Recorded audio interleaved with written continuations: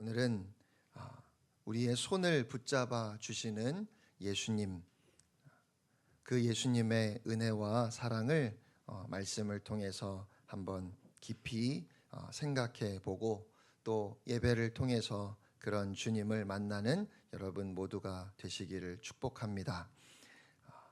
저도 보리떡 5개와 물고기 2마리로 5,000명을 먹일 수 있습니다. 안 놀래시네요. 네.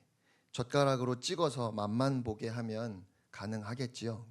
문제는 배불리 먹게 할 수가 없습니다. 그리고 남은 음식이 있을 수 없지요.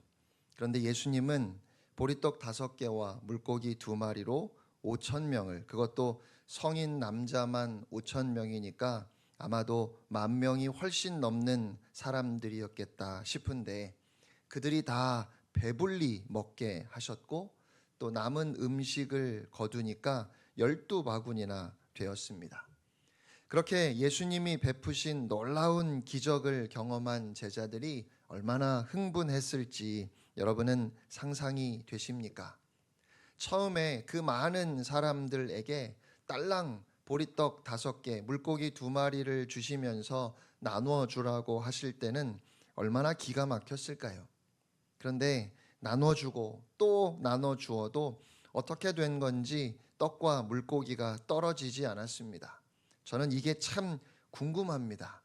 제자들이 나눠줄 때 막 떡이 계속 생겼을까요? 분명히 5개였는데 나눠주면서 보니까 10개가 되고 20개가 되고 50개, 100개로 늘어났을까요? 아니면 조금씩 나눠주었는데 사람들이 받으면 그 양이 늘어났을까요? 도대체 상상도 되지 않는 일입니다. 분명히 물고기는 딱 2마리였고 보리떡은 5개밖에 되지 않았는데 그것을 가지고 10,000명이 넘는 사람들이 배불리 먹었고 오히려 남은 음식을 모으니 12바구니나 되었습니다. 어떻게 이런 일이 가능할까요? 여러분, 그 떡과 물고기를 받아 먹으면서 탄성을 지르는 사람들, 제자들은 또 그런 사람들을 보는 것만으로도 온몸에 전율이 느껴지고 여기저기에서 좀 더 달라고 하는데 달라는 대로 가져다 주고 또 가져다 주면서도 조금도 힘들거나 피곤하지 않았습니다. 아무리 더 달라고 해도 자기들은 먹지도 못하면서 조금도 짜증이 나지 않았습니다. 세상에 어떻게 이런 일이 있을 수 있을까요? 예수님을 침이 튀도록 칭송하는 소리를 들으면서 제자들은 그 어깨가 한껏 올라갔을 겁니다. 그리고 사람들은 예수님께 몰려와서 우리의 왕이 되어달라고 외쳤습니다. 그런데 주님이 제자들에게 빨리 그곳을 떠나라고 하셨습니다. 마태복음 14장 22절, 23절 말씀입니다. 우리 함께 읽겠습니다. 시작. 예수께서 즉시 제자들을 재촉하사 자기가 무리를 보내는 동안에 배를 타고 앞서 건너편으로 가게 하시고 무리를 보내신 후에 기도하러 따로 산에 올라가시니라. 저물매 거기 혼자 계시더니. 아멘. 예수께서 즉시 제자들을 재촉하셨다고 말씀합니다. 아마도 그런 흥분의 현장을 떠나기가 싫어서 제자들이 머뭇머뭇했는지도 모르겠습니다. 그런데 그런 제자들을 주님이 막 재촉해서 보내시니까 영문도 모른 채 아쉬움을 뒤로 하고 배에 올랐습니다. 그리고 예수님은 혼자 산으로 기도하러 가셨습니다. 아마도 참 고된 하루였겠다 싶지만 피곤함을 전혀 느낄 수 없을 만큼 오병이어의 기적은 놀라운 사건이었습니다. 배에 올라서도 제자들은 흥분을 가라앉히기 어려웠을 겁니다. 자기들이 들었던 이야기, 경험했던 것들을 서로 이야기하느라 정신이 없었을 것 같아요. 그런데 육지를 떠나서 약 4km쯤 노를 저어 왔을 때 바람이 불기 시작했습니다. 14장 24절 말씀입니다. 함께 읽지요. 시작. 배가 이미 육지에서 수울이나 떠나서 바람이 거스름으로 물결로 말미암아 고난을 당하더라. 갑자기 광풍이 일어나고 배가 심하게 요동치기 시작했습니다. 열심히 노를 저었지만 도무지 가고자 하는 방향으로 나아갈 수가 없었습니다. 여러분도 잘 아시는 것처럼 예수님의 제자들 중에는 갈릴리에서 고기를 잡던 어부들도 있었지요. 그러니까 아마도 침착하게 노를 저어서 어떻게든지 풍랑을 벗어나려 했을 겁니다. 하지만 역부족이었습니다. 베테랑 어부들조차도 극복하기 힘든 풍랑을 만난 겁니다. 여러분, 이런 상황에서 조금 전에 경험했던 오병이어의 기적 때문에 제자들이 태어나기를 바라시지는 않으시겠지요. 호수 한가운데에 바람이 불고 파도가 일어나서 도무지 앞으로 나아가지 못하는 상황에서도 그들이 조금 전에 경험했던 그 기적에 대한 감동과 흥분 때문에 그 마음이 요동하지 않을 거라고 생각하시는 분은 없을 겁니다. 조금 전에 어떤 경험을 했든지 그 배가 뒤집힐 것만 같은 그 파도와 바람은 누구도 담담할 수 없는 버거운 현실인 겁니다. 오병이어의 엄청난 기적을 경험했어도 군중이 예수님을 왕으로 삼으려고 열광하는 모습에 아무리 들떴다 할지라도 역류하는 물결을 거슬러서 노를 저어야 하는 현실 앞에서는 아무것도 생각할 수 없습니다. 그들이 배를 탄 시간이 언제였는지는 우리가 알 수 없지만 4km 정도 수리를 노를 저어서 온 그곳에서 바람과 파도에 힘들어하고 있을 그때는 새벽 3시에서 6시 사이였던 것 같아요. 그때 예수님이 바다 위를 걸어 오셨습니다. 25절, 26절 말씀 함께 읽겠습니다. 시작. 밤 사경에 예수께서 바다 위로 걸어서 제자들에게 오시니 제자들이 그가 바다 위로 걸어오심을 보고 놀라 유령이라 하며 무서워하여 소리 지르거늘. 예수님이 바다 위를 걸어서 제자들에게 오셨는데 제자들은 예수님을 유령이라고 하면서 무서워서 소리를 질렀습니다. 당시에 유대인들은 바다를 더러운 사탄의 세력이 장악하고 있는 곳, 모든 악한 것이 올라오는 곳이라고 생각했습니다. 거라사에 귀신 들린 사람을 예수님께서 고쳐주실 때에도 귀신이 들어간 돼지떼가 향한 곳이 바다였지요. 유대인들은 바다에서 일어나는 풍랑을 사탄의 역사라고 생각했습니다. 그래서인지 제자들은 물 위를 걸어 제자들에게 오신 예수님을 보고 귀신이라고 생각했던 것 같습니다. 그러자 주님이 제자들에게 말씀하셨습니다. 27절입니다. 함께 읽지요. 예수께서 즉시 이르시되 안심하라 나니 두려워하지 말라. 안심해라 나다. 두려워하지 말아라. 죽음의 공포에 떨고 있는 제자들에게 주님이 하셨던 말씀은 참 간단합니다. 그런데 다시 생각해 보면 이보다 더 큰 위로의 말씀, 이보다 더 큰 능력의 말씀은 없습니다. 주님께서 말씀하셨습니다. 나다. 여러분, 예수님입니다. 예수님이에요. 예수님이 오셨어요. 그 이상 무엇이 더 필요하겠습니까? 풍랑을 만나 두려움에 떨며 무엇을 어떻게 해야 할지 몰라 실망하고 낙심해 있을 때 제자들이 그냥 포기하지는 않았을 겁니다. 어떻게든 해보려고 안간힘을 쏟아 보았습니다. 하지만 도대체 원하는 방향으로 나아갈 수가 없었습니다. 점점 힘이 빠지고 이제는 꼼짝없이 죽었구나 생각했는지도 모르겠습니다. 그런데 바로 그때 우리 예수님께서 친히 물 위를 걸어 제자들에게 오셨습니다. 예수님이 제자들에게 나다, 안심해라, 두려워하지 마라 그렇게 말씀하시자 베드로가 말합니다. 27절 말씀 우리 함께 읽겠습니다. 시작. 베드로가 대답하여 이르되 주여 만일 주님이시거든 나를 명하사 물 위로 오라 하소서 하니. 아멘. 주님이시라면 정말 예수님이라면 저에게 물 위로 걸어오라고 해 주십시오. 저는 이런 베드로의 모습이 참 좋습니다. 왜냐하면 저 같으면 그렇게 이야기하지 못했을 것 같아요. 예수님이 오라 하셨고 베드로는 내려서 물 위를 걸어갔습니다. 29절 제가 읽겠습니다. 오라 하시니 베드로가 배에서 내려 물 위로 걸어서 예수께로 가되. 예수님이 오라고 하시니까 예수님을 바라보면서 배에서 내렸어요. 여러분, 땅에 내린 게 아닙니다. 지금 풍랑이 일고 있는 그 바다 위에 베드로가 내린 거예요. 베드로의 믿음이 대단하다 싶지 않으십니까? 그리고 그는 물 위를 걸어서 예수님께 갔습니다. 예수님을 바라볼 때 그는 물 위를 걸어갔습니다. 그저 예수님을 바라보는 것만으로 그는 물 위를 걸어갈 수 있었습니다. 그런데 30절 말씀 우리 함께 읽겠습니다. 시작. 바람을 보고 무서워 빠져가는지라 소리질러 이르되 주여 나를 구원하소서 하니.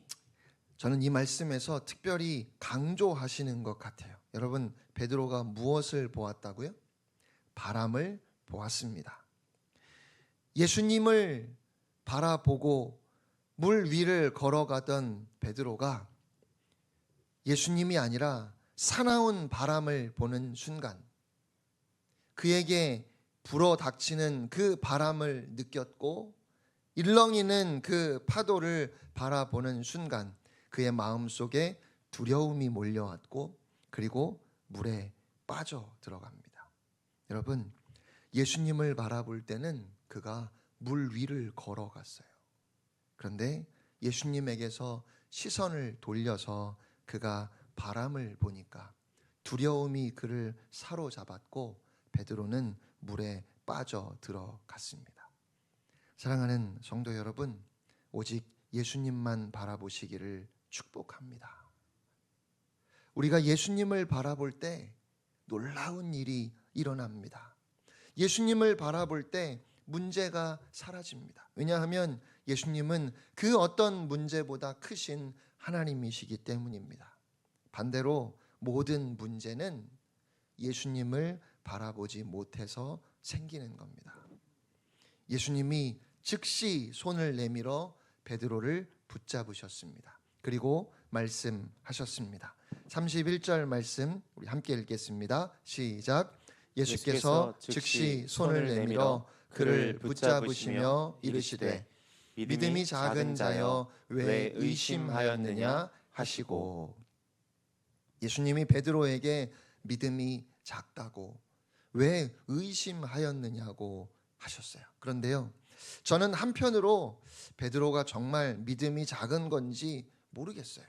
아니, 그 두려운 상황에서 주님을 바라보고 주님께 가고자 했던 믿음, 배에서 내려서 그 풍랑이 있는 물 위를 걸어서 예수님께 가고자 했던 그 믿음이 저는 오히려 대단하다는 생각이 듭니다. 하지만 베드로는 그를 찾아오신 예수님을 보고 주님이 오라 하셔서 물 위를 걷고 있으면서도 금세 바람을 보고는 겁이 났습니다. 두려움에 사로잡혀 물에 빠져 허우적거렸습니다. 저는 이 말씀이 믿음이 작은 우리의 연약함을 보여주는 말씀이구나 하는 생각이 듭니다. 그렇게 우리는 믿음이 연약합니다. 의심하지요. 잘 넘어집니다. 내가 예수님만 바라보고 내가 예수님만 믿으면서 살자 다짐하고 이 땅의 어떤 것에도 욕심이 없다 고백하면서 그렇게 믿음으로 살기를 원하면서도 힘들고 어려운 상황 가운데 다른 사람들과 비교하면서 우리는 참 쉽게 넘어집니다. 예배를 드리면서 하나님의 은혜를 다시 생생하게 깨닫고 경험할 때면 그래, 하나님이 나와 함께 하시지, 다 괜찮을 거야, 다 잘 될 거야, 마음을 다잡고 세상을 향해 나아가겠노라 결심해 보지만 마치 아슬아슬하게 세워놓은 성냥개비 탑 같아서 조금만 바람이 불어도 와르르 무너져 버릴 것처럼, 그렇게 쓰러져 버릴 것처럼 연약한 것이 우리들입니다. 그러니 어떻게 해야 할까요? 여러분, 어떻게 하면 좋겠습니까? 중요한 것은 그런 우리의 연약함을 우리가 정확하게 아는 것이고, 또 그보다 더 중요한 것은 그런 우리를 주님이 바라보고 계시다는 사실을 기억하는 것입니다. 여러분, 주님은 풍랑을 뚫고 우리에게 다가오시는 분입니다.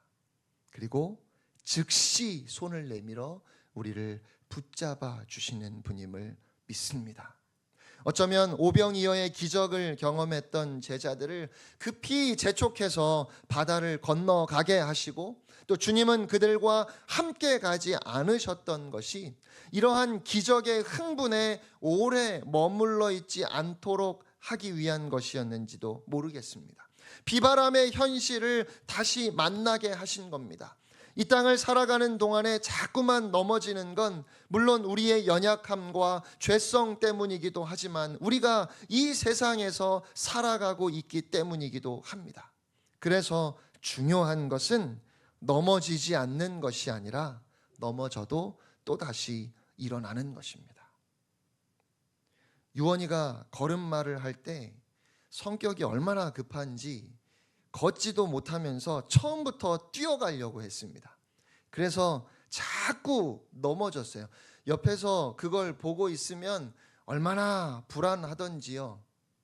일어나서 천천히 몇 걸음을 떼다가 그냥 털썩 주저앉으면 괜찮겠는데, 잘 걷지도 못하면서 일단 일어서기만 하면 뛰어가려고 하니까 그러다가 크게 넘어지고 어디에 부딪힐까 봐 걱정이 되었습니다. 어린 자녀가 걸음마를 할 때 자꾸만 넘어집니다. 넘어지지 않고 몇 걸음이라도 걸어가려면 시간이 필요하지요. 하지만 자꾸 넘어지는 것이 불안해서 야, 일어나지 마, 걷지 마 하고 앉아만 있으라고 하지는 않습니다. 또 그렇게 아무리 넘어져도 왜 이렇게 자꾸 넘어지느냐고 야단치는 부모도 없습니다. 그러니까 넘어지면 다시 일어서면 되는 거예요. 그리고 그렇게 걸음마를 하는 동안 부모는 아이가 큰 위험에 처하지 않도록 눈을 떼지 않고 바라봅니다.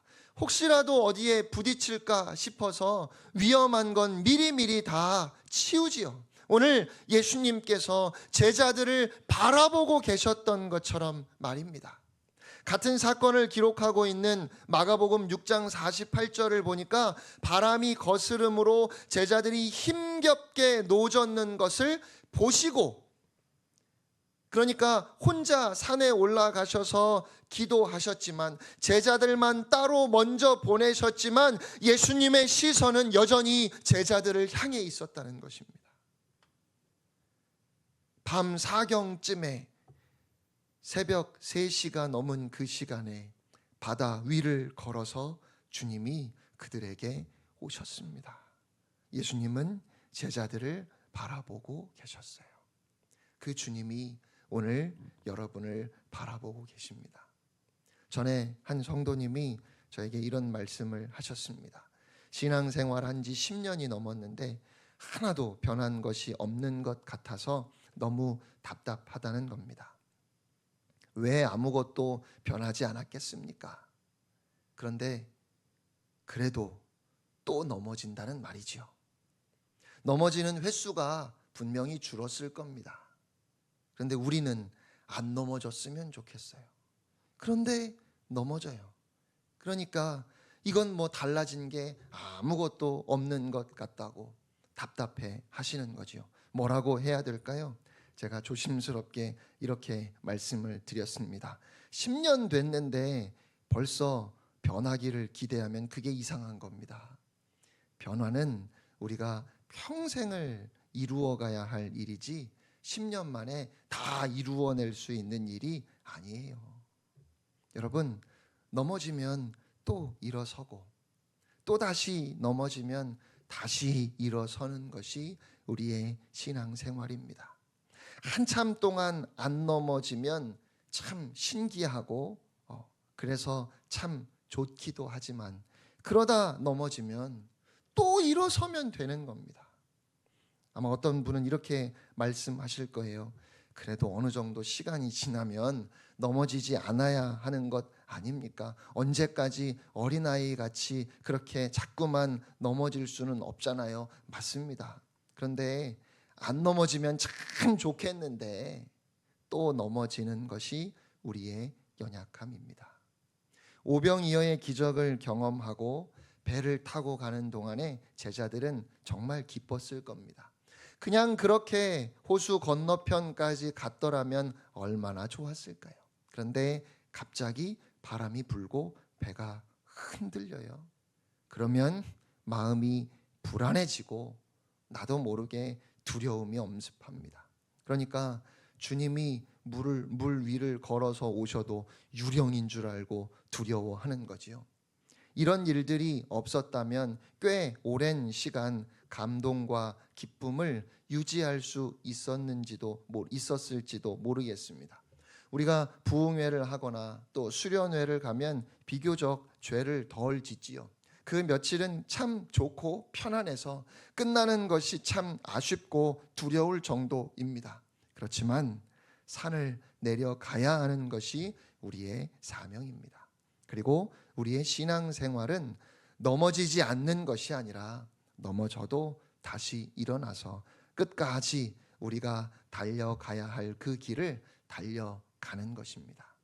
사랑하는 성도 여러분, 우리의 목표는 쓰러지지 않는 것이 아니라 쓰러져도 넘어져도 다시 예수님 바라보고 우리의 손을 붙잡아 주시는 그 주님 의지하고 다시 일어서서 예수님 바라보면서 예수님을 향해 한 걸음 한 걸음 나아가는 것인 줄로 믿습니다.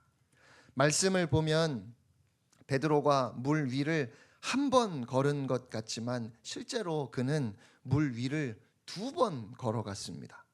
베드로가 예수님을 보면서 물 위를 걸어가다가 바람을 보고 두려움에 결국 물에 빠졌지요. 그리고 예수님이 물에 빠진 베드로에게 손을 내밀어서 그를 붙잡아 주셨어요. 그를 다시 일으켜 주셨단 말이에요. 그러면 배까지는 어떻게 돌아갔을까요?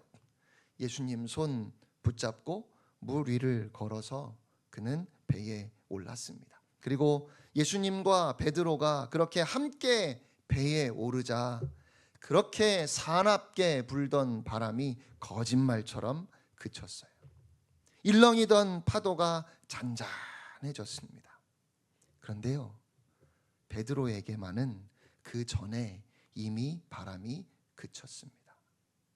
예수님의 손을 잡는 순간, 주님이 그 손을 내밀어 베드로를 붙잡아 주셨던 그 순간, 더 이상 베드로에게는 바람이 바람으로 느껴지지 않았습니다. 그 바람에 그렇게 무서웠는데, 그렇게 두려웠는데 주님이 베드로의 손을 붙잡아 주신 순간 베드로의 마음에는 말할 수 없는 평안이 밀려왔고, 오늘 성경은 예수님이 베드로와 함께 배에 오르시자 바람이 그쳤다고 말씀하지만 베드로에게만은 이미 바람이 멈추어 있었다는 것입니다. 그러니까 오늘 우리가 다시 다짐하는 것은, 우리의 마음을 또다시 새롭게 하기를 원하는 것은, 주님, 내가 또다시 주님만 바라봅니다. 주여, 나를 붙잡아 주시옵소서입니다. 오늘 우리가 의지하는 것은 변함없이 주님만 바라보고 넘어지지 않는 내 강하고 굳센 믿음이 아니라, 우리는 연약하지만 그런 우리를 변함없이 바라보시고 우리의 손을 급히 붙잡아 주시는 주님의 그 은혜입니다. 그런 주님 때문에 우리는 넘어져도 다시 일어설 수 있고 다시 주님을 바라볼 수 있습니다. 사랑하는 성도 여러분, 제자들에게 오신 예수님의 모습을 한번 상상해 보시기를 바랍니다. 제가 인터넷에서 무리를 걸어오신 예수님의 모습을 그린 그림을 좀 찾아보았는데요. 첫 번째 그림 보여주실까요? 멋있죠? 네. 두 번째 그림도 보여주세요. 네. 세 번째 그림까지 좀. 네. 제가 그림을 이렇게 찾아보니까요, 대부분 주변에 막 파도는 무섭게 일어나지만 예수님은 신기하게도 물에 전혀 젖지 않으셨어요. 그렇죠? 그리고 그냥 아주 단정하신 모습으로, 평온한 모습으로, 그렇게 물 한 방울 튀지 않은 모습으로 그림이 그려졌더라고요. 모르겠습니다. 그럴 수도 있지요. 아니, 파도도 예수님을 어떻게 할 수는 없음을 아마 그림으로 이렇게 표현하지 않았을까 싶습니다. 그런데 저는 이 말씀을 묵상하면서 바람에, 파도에 머리도 다 젖고 헝클어진 예수님의 모습이 마음속에 그려졌습니다. 그렇게 바람과 파도를 온몸으로 맞으시면서 우리 예수님이 제자들에게 달려오셨을 것 같아요. 그래서 그렇게 만족스럽진 않지만 제가 제일 마음에 들었던 그림은 네 번째 그림입니다.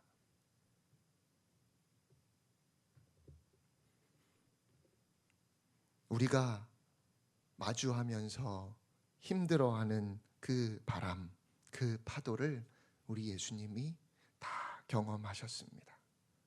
주님이 다 그 바람을 맞으셨고 그 폭풍을 뚫고 오신 겁니다. 사랑하는 성도 여러분, 혹시 오늘 본문의 제자들처럼 지금 내가 폭풍 속을 지나고 있구나 싶으신 분이 계십니까? 풍랑을 만나서 도대체 조금도 앞으로 나아가지 못하겠다 싶으십니까?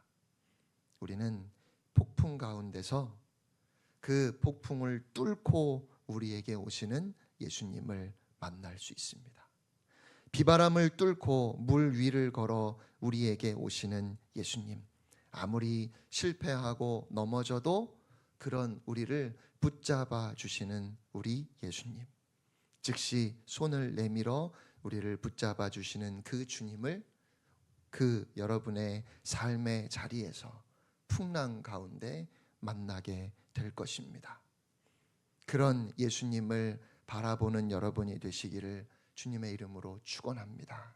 마주하는 한 주간도 여전히 여러분을 바라보시며 여러분과 함께 동행하시며 여러분을 붙잡아 주시는 주님을 의지하는 그 믿음 가지고 승리의 길을 걸어가는 여러분 모두가 되시기를 주님의 이름으로 축원합니다.